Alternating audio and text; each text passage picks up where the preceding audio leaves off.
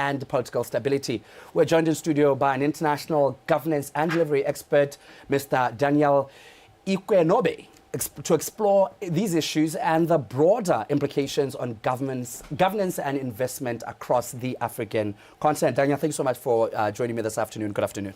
Thank you, Joey. My pleasure. Right. Yeah. I want us to sort of kickstart things this way in that, Botswana has been long praised, right, for its governance and stability, yet it faces slow growth and persistent unemployment. What do you, from your point of view as an expert, would you say you identify as the main structural challenge that hinders Botswana's transformation? So I think to a large extent, they say if the tree fell in the forest and no one saw the tree fall, did the tree really fall? Right. Botswana is an amazing country with great opportunities, but to a large extent, most of its value is not widely known. Mm-hmm. And so that it is important that, one, that as a country, there is a sense of articulating what it has and the value it creates in terms of other countries around the world, which is where the markets exist and the partnerships exist and potential investments will come from.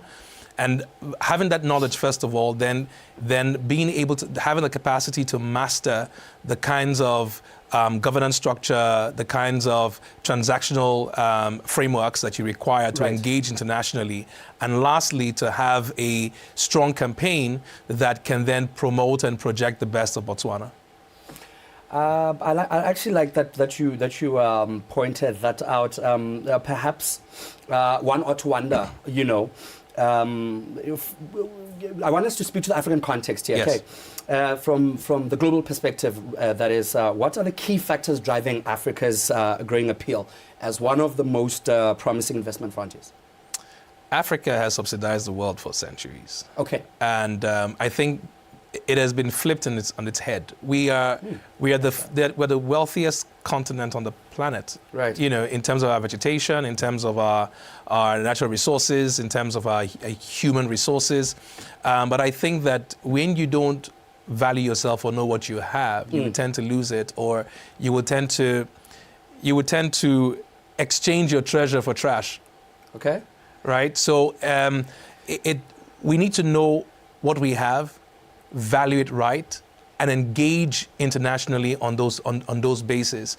One of the things I like to say, there are three ways to engage in any relationship. Right. Your hands like this, and no one respects anyone who comes looking like that. Like that, yes. Your hands like this, which is a bit transactional, equal partnership, or your hands like this. I think we need to get off the conversation where our hands are always engaging in this posture, but come in with confidence and purpose and pride and engage as an equal partner. And then to a large extent, that means that we need to know who we are and be able to represent that on every stage that we find ourselves. And this is off the backdrop that you categorically stated that Africa is quite a wealthy continent. Yes. Yes. And, we do have the African Continental Free Trade Area. And one ought to wonder, how can Botswana then leverage regional integration through SADC and the AFCFTA to expand its investment and its export base? So you trade with friends. Okay. So there's need to make more friends. Aha. And the beautiful thing that for Botswana is that you have so much, and at the same time, population is not so many in terms of population. So the markets are the rest of Africa. And so being able to have that exchange and intentionally engage in diplomatic and trade conversations, not only with regards to the president, being the primary banner bearer for the country and pushing that politically, but you need to have a vibrant private sector and a vibrant civil society and citizenry that are able to engage with the rest of the world. And also, let me also mention civil service as well, because if you have that other layer engaging at their levels, it then expands opportunities for growth and exchange. I actually like that. I really, really like that you've actually put it that way. And perhaps that is the sort of direction that actually we need to take as a republic. Perhaps, we've been ranked by the Ibrahim index of African governances, and the idea is always to leverage off that. But how can this good governance framework be maintained, and rather, not necessarily maintained, but let's say strengthened, to support effective policy delivery? And wow, we've got very good political stability, but to enhance that. I think that Botswana has had this for a long time. Okay. I mean, consistently, you've ranked top 3, both on the Ibrahim index and also the Chandler Good Governance Index as well. You rank top 3. Right. And I mean, even many years back when I used to work at Palladium, Botswana was still considered the best governed country in Africa. In Africa, yes. But you know, while Botswana is a very structured and stable society, you need a bit of chaos for growth. I want you to enunciate a bit on that one. Yes, go ahead. For you to experience growth, you must go through some level of discomfort. Okay. And that's the chaos. Positive chaos. Okay. Right? Because you are entering territories that are uncharted waters. So you want to ensure that you are growing your chaos space and allowing your structure to catch up with your chaos. So the structure is expanding, but your chaos is also expanding. If your chaos exceeds your structure, it destroys you. If your structure exceeds your chaos, it stagnates you. Right? So there is need for us to expand that level of, and I think the president and the leadership of Botswana is on the right track. I hear that you're working with, you're doing these labs right now, and the labs you're running, I mean, I've seen these guys do an amazing job, Pemandu. I've seen them do that before. In my country, I was sent in when they ran it in my country, and we mobilized about $25 billion worth of investment. And a few million jobs were created through that process.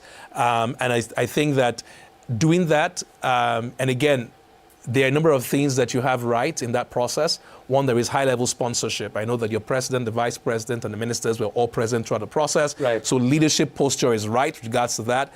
Secondly, I see that the civil service is organizing themselves around building a strong delivery mechanism to catch on with the leadership, direction that has been established. And then the third element I think that you need to also be very intentional about is having a clear, coherent, and consistent communication strategy so that your signal aligned with leadership, your delivery mechanism, and your communications infrastructure are all aligned. That builds confidence and comfort with your locals, but also builds confidence and comfort for those who are willing to invest. I would like to say this last thing, that investment, is very shy. Right? So when they don't see clarity, they don't see certainty and consistency, they tend to run away. Botswana has all 3. Right? And then all you need to be as a country is to be like a beautiful bride, and all the suitors will come. We're going to expand a bit on that, and I want us to look at it from an investor's viewpoint. Yes. Right? What policy signals, perhaps one or two, or reforms would make Botswana a more compelling investment destination in the next 10 years? First of all, you need to tell the story. Stories are important. Again, the organization I represent, Elevate Africa, talks about transforming the African narrative and see how you can use the power of storytelling as a tool for systems change. And in order for you to drive investment, you have to tell the right kind of story, right? So in terms of driving the policy shift, now I think I lost my train of thought. The question again, because I was... It's the policy signals, right? That yes. Now I remember that. Yeah, I remember where I was going. Go ahead, so go ahead. The story. So it's important that we demonstrate, tell the story of where Botswana was coming from in terms of how it has used its natural resources effectively, built a very strong sovereign wealth fund, and then with the sovereign wealth fund, you now begin to push towards diversification, and that policy that signals the various sectors that Botswana is beginning to diversify into needs to be sent internationally so that other players that have technical capability, financial capability, are able to come and partner with a locally ready human resource and policy infrastructure to receive grow and retain this investment and this technical expertise that can open those industries and those markets. That policy direction will be will be key for Botswana's future. Right. My last one by two questions here. There's the national development priorities that we have as a republic. How can we align that with like emerging global trends such as digitalization, green transition, and inclusive growth to remain a bit more competitive and above water as Botswana? So they say if you inbreed, you raise weak breeds, right? If you what? If you inbreed. If you inbreed, you raise weak breeds. Oh, weak breeds. Okay, so big breeds. No, that's weak. So when you have exchange, then you get the strongest of all. This is why inclusivity is very important, both in country, within the continent, and globally. So you want to ensure that you are getting the best of every jurisdiction, and that is represented within Botswana. Right. So that part is extremely important, so that you have that. Secondly, with regards to green revolution, there's so much conversations around now about green financing and all of that. Again, push towards sustainability. You want to ensure that you are able to speak to the environment and ensure that it's sustainable. And to some regard, you can have exchanges around becoming a carbon sink, and you talk about carbon financing. Other things you can also look towards is building capability to walk the land. I know that you have vast and very arable land in Botswana. We have to sweat the land.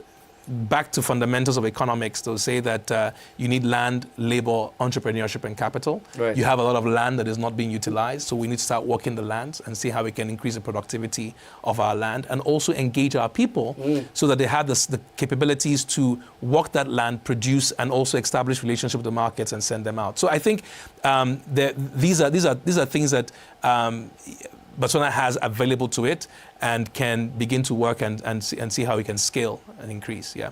Last one. How, in your view as this expert, can Botswana transform its current challenges that it's facing into opportunity to rebrand itself as a model of sustainable? You did make mention of inclusivity and innovation-driven growth within this rich continent that we have as Africa.